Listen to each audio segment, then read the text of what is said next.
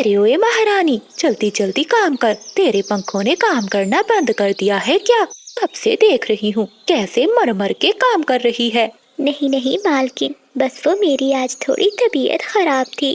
हाँ हाँ, पहले कौन सा तेरी तबीयत ठीक रहती है, जब देखो बीमार ही रहती हो। मालकिन, आपके लिए ही तो मैं जंगल के बाहर गई थी, वो मीठे फल लाने, तभी मेरी तबीयत खराब हो गई। ये सुनते ही बिजली कपी को गुस्सा आ जाता है और वो पास पड़ा हुआ डंडा उठाकर मानो चिड़िया को मार देती है। बहुत ज्यादा जुबान चलने लग गई है तेरी, अपनी जुबान को लगाम दे। कहीं ऐसा दिन ना हो कि मैं तेरी जुबान ही काट लूं। मालकिन, माफ कर दे मुझे। चल अब बस हो गई तेरी चू चू। ऐसा ना हो कि प्रिया की डोली के साथ साथ तेरी अर्थी भी उठा दूं। जा जाकर देख प्रिया तैयार हुई कि नहीं। जी मालकिन, अभी जाकर देखती हूँ। ऐसा कहते हुए मानो चिड़िया रोती हुई प्रिया के पास जाती है। अरे प्रिया बेटी, आप इतनी उदास क्यों हो और अभी तक तैयार क्यों नहीं हुई? मालकिन तुम्हें नीचे बुला रही हैं। आंटी, आंटी मुझे बचा ले, मैं अभी ये शादी नहीं करना चाहती। मैं पढ़ना चाहती हूँ और अपनी माँ का सपना पूरा करना चाहती हूँ।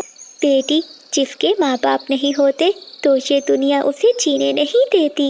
आंटी, अगर मेरे माँ बाप नहीं है तो इसमें मेरी क्या गलती है?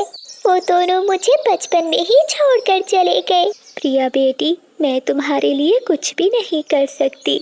मालकिन और मालिक के आगे भला कौन बोल पाता है? अब तुम अपना दिल छोटा मत करो और तैयार होकर नीचे आ जाओ। मालकिन बहुत गुस्से में है, आपका रिश्ता लेकर कब्बे वाले आ ही रहे होंगे।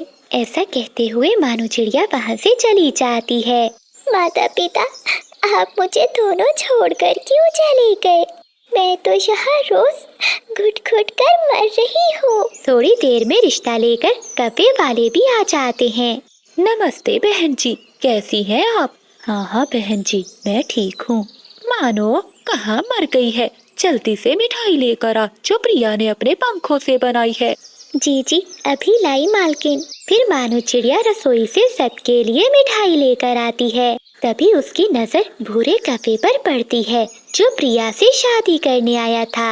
अरे शेकप्पा तो एक नंबर का जुआरी और डाकू है। ए ऊपर वाले, ये मालिक और मालकिन क्या अनर्थ कर रहे हैं? प्रिया बेटी की तो जिंदगी खराब हो जाएगी। मैं ये शादी किसी हाल में नहीं होने दूंगी। अरे क्या देख रही हो इधर उधर, जल्दी से मिठाई रखो और मेहमानों के लिए खाना लेकर आओ। फिर मानो चिड़िया मिठाई रखती है और अपने मालिक और मालकिन से कहती है, मालकिन और मालिक, ये आप दोनों क्या कर रहे हैं? शेकप्पा तो एक नंबर का जुआरी और डाकू है। अच्छा, तुझसे किसी ने राय मांगी है? बढ़िया ही हमें बताने वाली, चल जा। लेकिन मालकिन, लगता है सुबह की मार ये भूल गई है, तभी तो इसकी चोंच इतनी चल रही है। अपने मालिक मालकिन को गुस्से में देखकर मानो चिड़िया चुपचाप वहाँ से चली जाती है। अरे बहन जी, बातें तो बहुत हो गईं, अब जल्दी से प्रिया बेटी को बुला दे। हाँ हाँ क्यों नहीं, अभी बुला कर आती हूँ। फिर बिजली कभी प्रिया को बुलाने चली जाती है। अरे महारानी, तैयार हुई कि नहीं? अब जल्दी से चल। चाची, आप मेरे साथ ऐसा क्यों कर रही हैं? आपको पता है ना कि मैं अभी पढ़ना चाहती हूँ, मुझे ये शादी नहीं करनी। ज्यादा अपनी जुबान मत चला, भेजूं क्या तेरे चाचा को? और हाँ, थोड़ा मुस्कुरा देना, अगर ये रोती हुई सूरत लेकर गई कब्बे वालों के सामने तो मुझसे बुरा कोई भी नहीं होगा, समझी? ऐसा कहते हुए बिजली कभी वहाँ से चली जाती है। थोड़ी ही देर में प्रिया भी तैयार होकर आ जाती है। अरे बाबा, ये तो बहुत सुंदर है। हाँ हाँ क्यों नहीं, आखिर ये भतीजी किसकी है? तभी भूरा कपा कहता है, माँ, मैं थोड़ी देर अकेले में प्रिया से बात करना चाहता हूँ। हाँ हाँ क्यों नहीं बेटे। प्रिया बेटी, बाहर भूरे को लेकर जाओ। प्रिया चुपचाप वहाँ से भूरे कपे को लेकर घर से बाहर आ जाती है। प्रिया, मुझे ये तो बताओ, क्या तुम्हें भोजन बनाना आता है? डरी और सहमी हुई प्रिया अपना सर हिला देती है। बहुत सुंदर हो तुम। मैंने जब तुम्हें पहली बार देखा था तो तुमसे ही शादी करने का सोच लिया था। जरा अपना पंख तो दिखाओ, कितना सुंदर है। ऐसा कहते हुए भूरा कौवा प्रिया का पंख पकड़ लेता है। ये सब होता हुआ देखकर प्रिया डर जाती है और घर के अंदर चली जाती है। तभी भूरे को बहुत गुस्सा आता है और वो भी अंदर जाता है। चलिए मम्मा, प्रिया मुझे पसंद है, बस अब हम जल्दी शादी करेंगे। जाते हुए भूरा कौवा चुपके से बिजली और बादल से कहता है, देखिए अंकल, मैं नहीं चाहता कि शादी को लेकर जो हमारी डील हुई है वो टूटे। आप प्रिया को अच्छे से समझा दीजिए। मैंने तो बस उसका पंख पकड़ा और वो ऐसे भागी कि जैसे मैंने उसे मारा हो। भूरे बेटे, तुम चिंता नहीं करो, मैं उसे समझा दूंगा। बस तुम उस पोटली की डील मत भूलना, सोने के सिक्कों से भरी हुई पोटली। हाँ हाँ अंकल, मुझे सब याद है। बस ये बात मेरे माता पिता को नहीं पता चलनी चाहिए कि प्रिया से शादी करने के लिए मैं आपको सोने से भरी हुई पोटली दे रहा हूँ। ऐसा कहते हुए वो कौवे वाले वहाँ से चले जाते हैं और बादल कौवा गुस्से में प्रिया के पास जाता है। प्रिया, अरे ओए प्रिया, कहाँ मर गई? जी चाचा जी, क्या हुआ? क्या हुआ कि बच्ची, आज तेरी वजह से ये रिश्ता टूटते हुए बचा है। बस मैं ही जानता हूँ कि कैसे मैंने भूरे को शादी के लिए मनाया। तभी वहाँ पर बिजली का बीबी आ जाती है। अजी क्या हुआ? आप इतने गुस्से में क्यों हो? आपका बीपी बढ़ जाएगा। जरा अपने गुस्से पर काबू करो। बिजली, गुस्सा क्यों ना करूं? कितनी मुश्किल से शादी करवा रहा हूँ मैं इसकी, और एक ये अनाथ है कि शादी तोड़ने पर लगी हुई है। अब क्या किया तूने? सुन ले मेरी बात, अगर तूने ये शादी तोड़ी तो मैं तुझे जिंदा जला दूंगी। अपने चाचा चाची की बातें सुनकर प्रिया बहुत डर जाती है। ऐसा कहते हुए वो दोनों वहाँ से चले जाते हैं। शाम होते ही बिजली कौवे का भाई बिरजू कौवा आ जाता है। ना, क्या हुआ? मुझे भूरे ने सब बताया। बहुत मुश्किल से ढूंढा है ये रिश्ता। तुम्हें तो पता है कि कितना सोना मिलेगा हमें, और साथ में ये घर भी। जो भी हो जाए, रिश्ता नहीं टूटना चाहिए। हाँ बिरजू भैया, हम भी यही चाहते हैं, लेकिन तुम चिंता नहीं करो, शादी होकर ही रहेगी।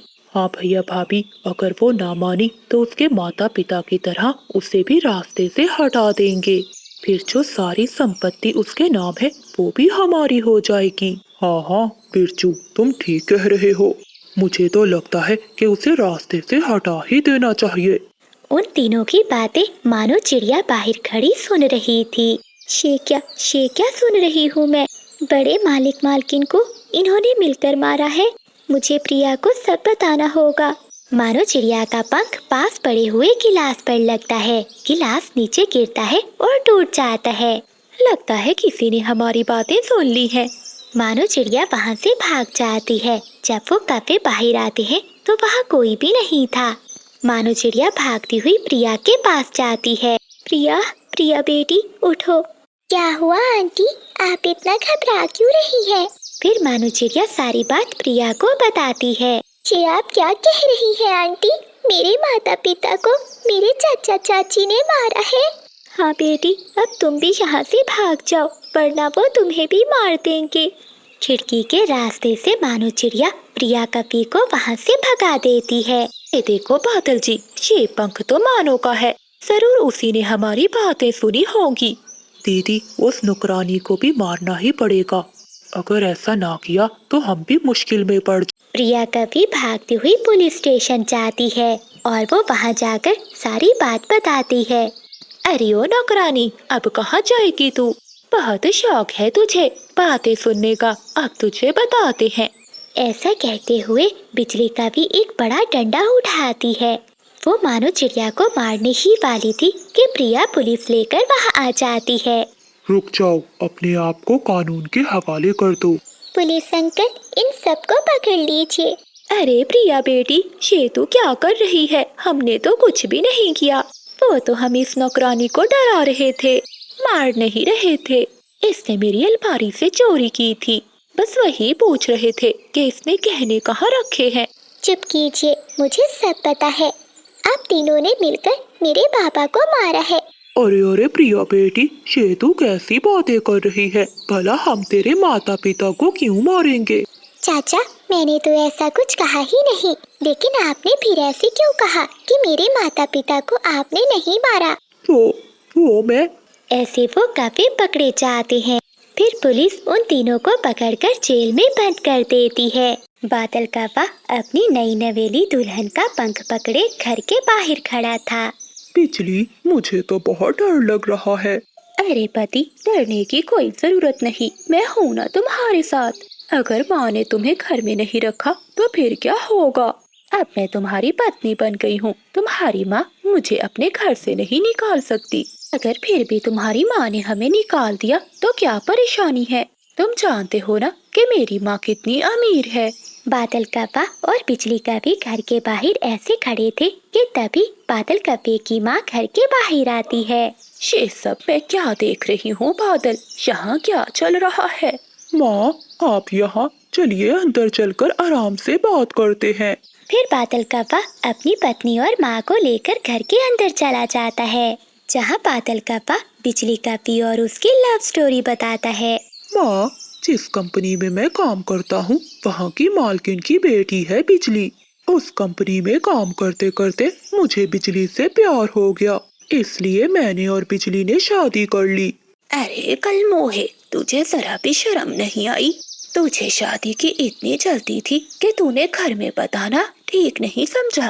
तुझे तो पता था कि मैं तेरी शादी अपनी बहन की बेटी से करने वाली थी। अब तो ब्याह कर ले आया है इस काली कलोटी कवि को। अरे सासू माँ जी, दूसरे जंगल की सबसे सुंदर कवि हूँ मैं। वैसे भी मैं भाग कर नहीं आई, शादी की है मैंने बादल से। और आपके घर में बहुत गर्मी है, क्या एसी नहीं है? माँ, मैं बिजली को उसका कमरा दिखा कर आता हूँ। ऐसा कहते हुए बादल कव्वा बिजली कव्वी को अपने कमरे में ले जाता है, जिसके बाद बूढ़ी कव्वी की दूसरी बड़ी बहू आती है। अरे माँ जी, जो मैंने अपने कानों से सुना है, क्या वो सच है? देवर जी ने तो हद ही कर दी। जरा देखिए तो, जरा भी सुंदर नहीं है आपकी छोटी बहू। बेटी, सुंदर तो वो नहीं है, लेकिन इतने बड़े घर से होकर हमारे बेटे से शादी की है। सोचो कितने सच्चे मन की होगी जो इस गरीब परिवार में चली आई। अरे माँ जी, आप ये कैसी बातें कर रही हैं? आपने तो अपनी बहन को जुबान दी थी। ये सब देखना मेरा काम है। तुम जाओ, जाकर रसोई में कुछ अच्छा सा भोजन बनाओ। घर में नई नवेली दुल्हन आई है। बूढ़ी सावित्री ऐसा कहते हुए वहाँ से चली जाती है और सावित्री की बड़ी बहू रसोई में भोजन बनाने चली जाती है। अरे वो समझती क्या है, काली कलोटी, जरा भी सुंदर नहीं और आई मेरा मुकाबला करने। इसे तो यहाँ से भगाना ही होगा। ऐसा सोचते हुए बिजली कव्वी की जेठानी खाना बनाकर उसके पास जाती है। ये लीजिए भोजन, खा लीजिए। वो ऐसा कहती है कि तभी बिजली कव्वी का फोन बजता है। अरे कितनी देर से मैं इंतजार कर रही हूँ, कहाँ मर गए हो? क्या दरवाजे पर खड़े हो? रुको, मैं अभी आती हूँ। ऐसा कहते हुए बिजली कव्वी फोन काट देती है। बड़ी जेठानी जी, ये क्या सूखी रोटी? भला मैं सूखी रोटी कहाँ खाऊंगी? शायद आपको पता नहीं है, मैं गरीबों वाला खाना नहीं खाती। मैंने बड़े होटल से खाना मंगवाया है। ऐसा कहते हुए बिजली कव्वी घर के बाहर जाती है और अपना ऑर्डर लेकर अंदर आती है। ये देखकर बड़ी जेठानी को अजीब लगता है। कोई बात नहीं दीदी, हम ये खाना खुद खा लेंगे। ऐसे ही कई दिन गुजर जाते हैं। एक दिन सावित्री कव्वी की दोनों बहू भोजन खा रही थी कि उन दोनों को उल्टियाँ आ जाती है। अरे क्या हुआ बिजली, तुम ठीक तो हो ना? हाँ बादल, तुम्हारी पत्नी ठीक है। लगता है घर में दो दो खुशखबरियाँ आने वाली है। अब हमारे घर में भी दो दो बच्चे आएंगे। ये सुनकर बादल कव्वा बहुत खुश होता है, लेकिन बिजली कव्वी सारा दिन अपने घर से बाहर रहती है, अपनी सहेलियों के साथ पार्टी करती है और रात होते घर लौट आती है। बिजली, तुम्हें पता है ना कि तुम गर्भवती हो। ऐसी हालत में सारा दिन तुम बाहर पार्टियां करती हो। अगर तुम ऐसा ही करती रहोगी तो हमारे बच्चे पर बुरा असर होगा। अरे तुम्हारी हिम्मत कैसे हुई मुझसे ऐसे बात करने की? तो कोड़ी के कव्वे, मैं जो भी करूं तुम्हें इससे क्या? बिजली की आवाज़ें उसकी सास भी सुन लेती है। वो अंदर आती है।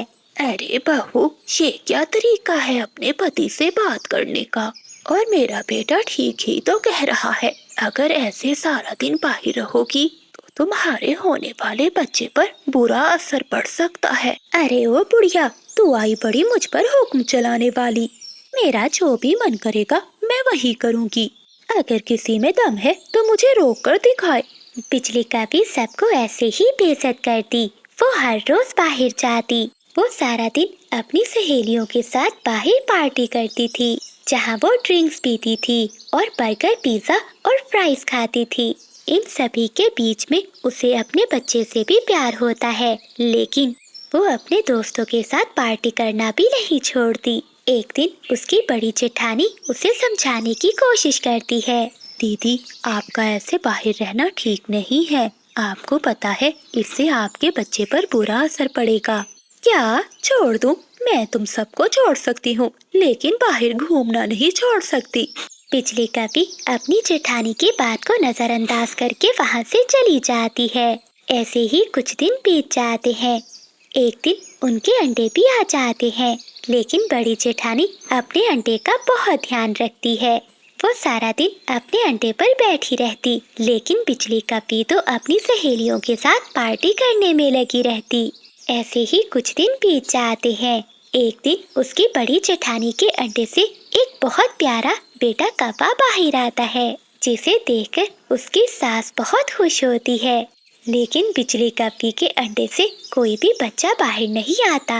माँ जी, आप चिंता नहीं करें, 1 या 2 दिन में अंडा फूट जाएगा। फिर देखना मेरा भी बेटा कौवा बाहर आएगा। ऐसे ही 5 दिन बीत जाते हैं, लेकिन अंडा नहीं टूटता। वो अंडा कैसे टूटा, वो तो खराब हो चुका था। फिर बादल कौवा, बिजली कौवी और उसकी सास अंडे को लेकर बुलबुल डॉक्टर के पास जाती हैं। जब बुलबुल अंडे का चेकअप करती है, वो तो खाली था। देखिए माँ जी, आपकी बहू का अंडा खराब हो चुका है। जब बिजली कौवी ये सुनती है तो उसे बहुत दुख होता है और उसे अपने किए पर पछतावा होता है। माँ जी, मुझे माफ कर दीजिए। मैंने अपने अंडे का ध्यान नहीं रखा, इसलिए तो आज मेरी गोद सूनी है। मैं तुम सबको बताना चाहता था, लेकिन कैसे बताता? एक कमरे में हम सब कैसे रहेंगे? भैया, अगर भाभी आपसे सच्चा प्यार करती हैं, तो वो इस घर में आने से मना नहीं करेंगी। हाँ भैया, जो भी है आप उन्हें सच बता दीजिएगा। और अगर सच जानकर उसने मुझे छोड़ दिया तो? मैं उसे बहुत प्यार करता हूँ। एक काम करो भैया, आप जाकर उन्हें मिलकर सब बता दो। सच जानने के बाद वो जो भी कहे, आप उसकी बात मान लीजिएगा। तुम पांचों बहुत अच्छी हो। मैं चाहता हूँ और बिजली कौवी से बात करता हूँ। बादल कौवा ऐसा कहते हुए घर से निकल जाता है। बादल कौवा बहुत गरीब था। उसके पास एक ही कमरा था, जहाँ वो सौतेली 5 चिड़िया बहनों के साथ रहता था। वो अपनी बहनों से बहुत प्यार करता था। वहीं बादल कौवा एक अमीर कवि को पसंद करता था। वो कवि से बहुत प्यार करता था, जिसके चलते वो बिजली कवि को अपना सच बताने जाता है। मैं नहीं जानता बिजली कि मेरा सच जानने के बाद तुम क्या करोगी। मैं बहुत गरीब हूँ और मेरे पास एक ही कमरा है। ये सुनने के बाद बिजली कवि सोच में पड़ जाती है। बादल, मैं तुमसे बहुत प्यार करती हूँ। अगर मुझे तुम्हारे साथ एक कमरे में रहना पड़े तो मैं रह लूंगी। ये सुनकर बादल कौवा बहुत खुश होता है, जिसके बाद बादल कौवा बिजली कवि से शादी करके उसे अपने साथ अपने घर पे ले आता है। जैसे ही बिजली कवि घर के दरवाजे पर आती है, तो घर के बाहर बादल कौवे की 5 बहनें अपनी नई भाभी का स्वागत करने के लिए खड़ी होती हैं। 1 2 3 4 5। ए ऊपर वाले, ये मैं क्या देख रही हूँ? इस छोटी सी झोंपड़ी के एक कमरे में अब तुम 5 बहनों और एक भाई के साथ मुझे भी रहना पड़ेगा। भाभी, आप अंदर आ जाओ, इसे अपना घर ही समझो। ये क्या बादल, तुम्हारी 5 बहनें भी हैं? तुमने तो मुझे कभी नहीं बताया। हाँ, ये तो मैं बताना ही भूल गया। माफ करना बिजली, मेरी 5 बहनें हैं। ये मेरे साथ ही रहती हैं। हम इस कमरे में एक साथ भला कैसे रह सकते हैं? तुम खुद ही सोचो बादल, मैं यहाँ नहीं रह सकती। फिर बादल कौवा बिजली कवि को खूब समझाता है, जिसके बाद बिजली कवि मान जाती है और वो घर के अंदर चली जाती है। बादल कवि की बहनें घोंसले के दरमियान में एक पर्दा लटका देती हैं। अरे ये पर्दा क्यों लगाया है तुमने यहाँ? भाभी, पर्दे के उस साइड पे भैया और आप सो जाना और इस साइड पे हम 5 बहनें सो जाएंगी। बिजली कपी को बहुत गुस्सा आता है और वो चुपचाप घोंसले में जाकर सो जाती है। मेरी तो किस्मत ही फूट गई। मुझे क्या मालूम था कि इसकी 5-5 बहनें भी हैं, वरना मैं कभी भी इससे शादी न करती। हाय हाय, मेरी माँ ने कितना कहा था कि अमीर कव्वे से शादी कर लो, मगर मैं ही ना मानी। बादल कव्वा तो चुपचाप घोंसले में सो जाता है, लेकिन बिजली कपी को पूरी रात नींद नहीं आती। अगली सुबह बिजली कपी तैयार हो जाती है। क्या हुआ भाभी, आप चुपचाप नजर आ रही हैं? क्या कोई बात है? बिजली कपी अभी कुछ कह ही पाती कि तभी बादल कव्वा आ जाता है और वो बिजली कपी से कहता है, बिजली, मुझे आज तुम्हारे पंखों के कड़ी चावल खाने हैं, जैसे तुम पहले अपने घर से बना कर लाई थी। हाँ हाँ, बिल्कुल बना दूंगी। गैस चूल्हा कहाँ है? भाभी, हमारे घर में गैस चूल्हा तो नहीं है, ये मिट्टी का चूल्हा है। हम सब इसी पर ही भोजन बनाते हैं, आप भी इसी पर बना लो। ये देखकर बिजली कपी हैरान हो जाती है। उसे तो बहुत गुस्सा आ रहा था। वो मिट्टी के चूल्हे पर खाना बनाने की कोशिश करती है, मगर वो कहाँ मिट्टी के चूल्हे पर खाना बना सकती थी। बादल कव्वे की बहनें बिजली कपी की मदद करती हैं। खाना बनाकर बिजली कपी बादल कव्वे को देती है। वो भोजन खाता है और काम पर निकल जाता है। चलो अच्छा हुआ, ये अपने काम पर तो गए, लेकिन अब इन 5 की बारी है। इन 5 चिड़ियाओं को झेलना तो बहुत मुश्किल है। अब मैं इन्हें ऐसा सबक सिखाऊंगी कि ये खुद ही घर छोड़कर भाग जाएंगी। बिजली कपी ऐसा ठान लेती है, जिसके बाद वो डंडा उठाती है और अपनी 5 नंदों पर जुल्म करने लगती है। जब बादल कव्वा घर से बाहर होता तो वो अपनी 5 नंदों से काम करवाती, खाना भी बनवाती और सफाई करवाती। जब बादल कव्वा घर आता तो उसके सामने वो रसोई में भोजन बनाती। वो खुद को ऐसे दिखाती जैसे वो खुद सारे काम करती हो। एक दिन मानू चिड़िया अपने घोंसले पे बैठी पढ़ाई कर रही थी। तभी बिजली कपी ऊंचा म्यूजिक लगाकर नाचने लगती है। भाभी, आवाज कम कर दीजिए, मैं पढ़ाई कर रही हूँ। मेरे सामने जुबान चलाती है छोटी चिड़िया, रुक, तुझे अभी बताती हूँ। ऐसा कहते हुए बिजली कपी डंडा उठाती है और मानू चिड़िया को मारने लगती है। ये देखकर वो 5 बहनें डर जाती हैं और डर के मारे वो अपने भाई बादल कव्वे को कुछ भी नहीं बताती। एक दिन बादल कव्वे को काम से जल्दी छुट्टी मिल जाती है। आज तो जल्दी छुट्टी मिल गई, आज अपने परिवार के साथ समय बिताऊंगा। ऐसा सोचते हुए बादल कव्वा घर आ जाता है। घर आते ही वो देखता है कि उसकी सारी बहनें काम कर रही हैं, जबकि बिजली कपी उसकी छोटी बहन को डंडे के साथ मार रही है, जिसके कारण छोटी चिड़िया घायल हो जाती है। बादल कव्वा आता है और बिजली कपी को एक जोरदार पंख मारता है और चिल्लाकर कहता है, तुम पागल हो गई हो क्या? क्या कर रही हो मेरी बहन के साथ? क्या तुम उसे जान से मारोगी? बिजली कपी डर जाती है। तभी मानो चिड़िया और उसकी चारों बहनें मिलकर बादल कपी को सारी बात बताती हैं। ये सुनने के बाद बादल कव्वे को बहुत गुस्सा आता है। मुझे पहले ही समझ जाना चाहिए था कि एक अमीर घर की कपी कैसे इतनी समझदार हो सकती है। तुम तो आज मेरी बहनों को मार ही डालती। तुम्हें तो मेरी बहनों का धन्यवाद करना चाहिए था। अगर मेरी बहनें शादी के लिए ना मानती तो मैं कभी तुमसे शादी ना करता। ये सब सुनने के बाद बिजली कपी को अपनी गलती का एहसास होता है और वो अपने पति और 5 नंदों से माफी मांगती है। मैं तो बस इस घर में अपने पति के साथ ही रहना चाहती थी, इसलिए मैंने इन पर अत्याचार किया। मुझे माफ कर दो बादल, मैं तुमसे बहुत प्यार करती हूँ, मैं कभी ऐसा नहीं करूँगी। बादल भैया, भाभी को माफ कर दीजिए, इसमें उनकी भी कोई गलती नहीं, वो कभी ऐसे छोटे घर में नहीं रही। अब देखना भैया, भाभी हमारे साथ खुशी खुशी रहने लगेंगी। फिर बादल कव्वा बिजली कपी को माफ कर देता है। अरे अरे बिजली, सारा दिन गुजर गया मगर जाल में एक भी मछली नहीं फंसी। हाँ बादल जी, लगता है आज तो किस्मत ही खराब है। वो दोनों बातें कर ही रहे थे कि तभी जाल हिलने लगता है। लगता है बादल कुछ फंस गया है। बादल कौवा जाल नदी से निकालता है। जाल में एक नन्ही मछली फंसी हुई थी। बिजली, आज तो किस्मत जाग उठी। चाहे शिकार छोटा हो, मगर हम किसी को नहीं छोड़ते। नन्ही मछली रोने लगती है। उसकी आंखों से आंसू टपकने लगते हैं।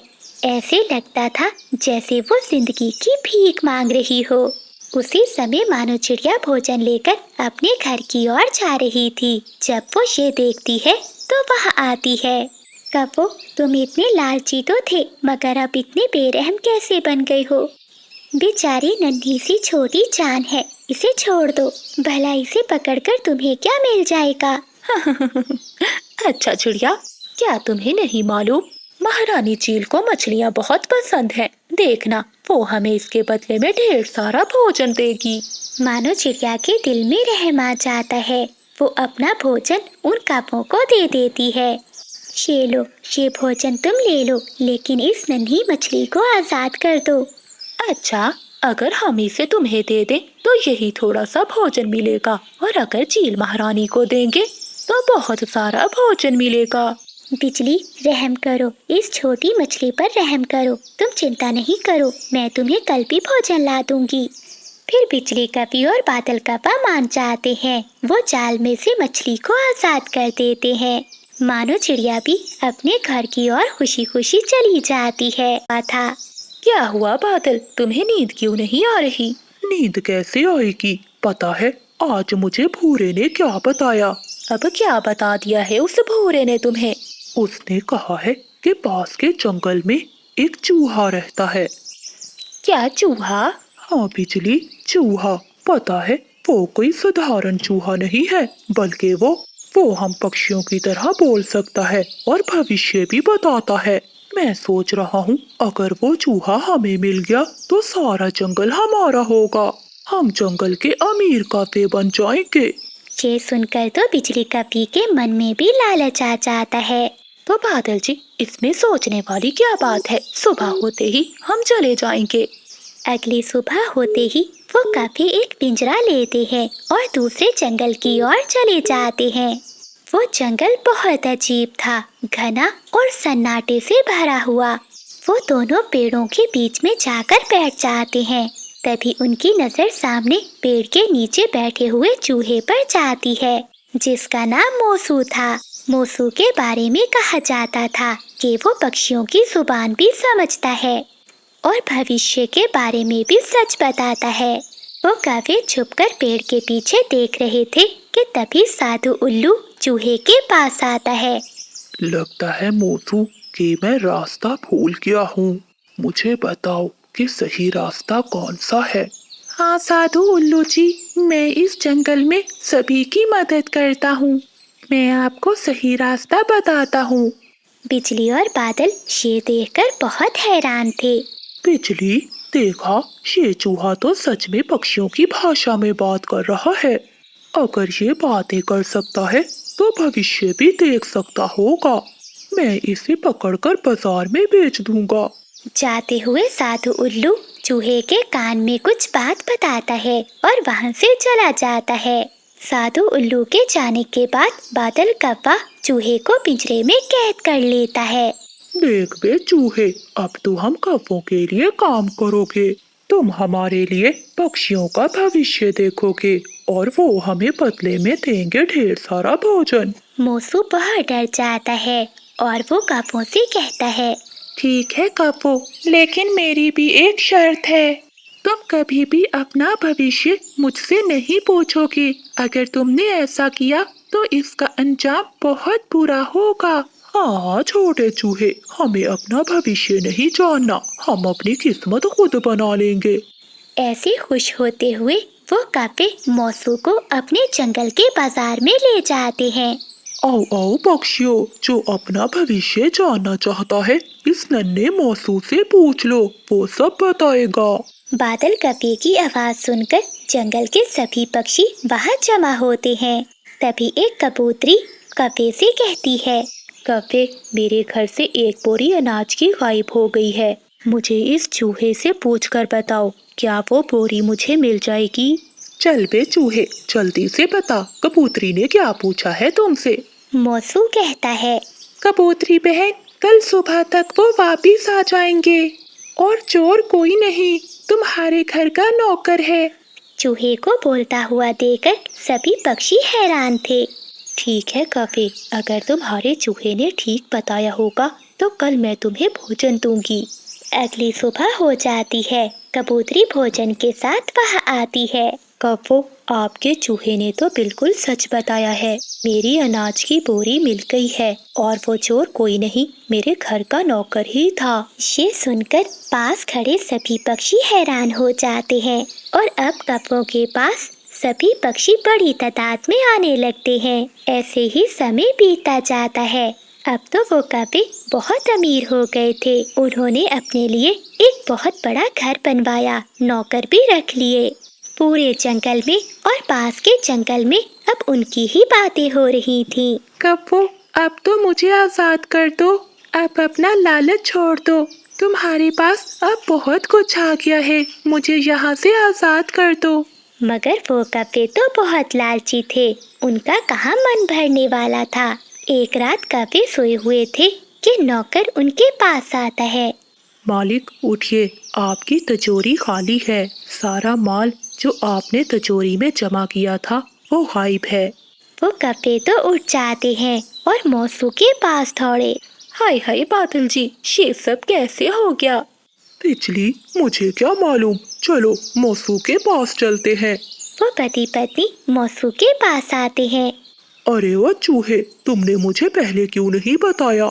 तुम्हें मुझे पहले बताना चाहिए था कि मेरे घर में चोरी होने वाली है। लेकिन कप्पे, मैंने तुम्हें पहले ही कहा था कि तुम अपना भविष्य मुझसे कभी मत पूछना, इसलिए मैंने तुम्हें नहीं बताया। बस बहुत हो गया, अब मेरी मदद करो, मैं तुम्हें आजाद कर दूंगा। मुझे बताओ, मेरा भविष्य क्या है? क्या मेरा माल वापस आएगा या नहीं? मौसू ने आंखों में उदासी लिए कहा।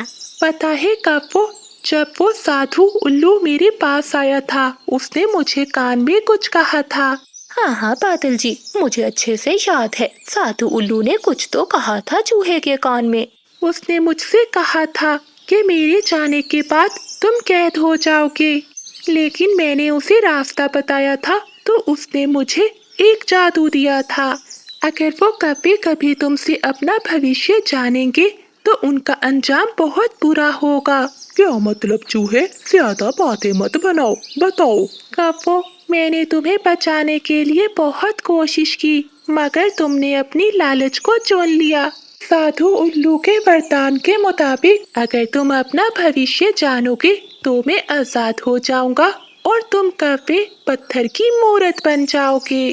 चूहे के ऐसा कहते ही चूहा पिंजरे से आजाद हो जाता है और वो कप्पे देख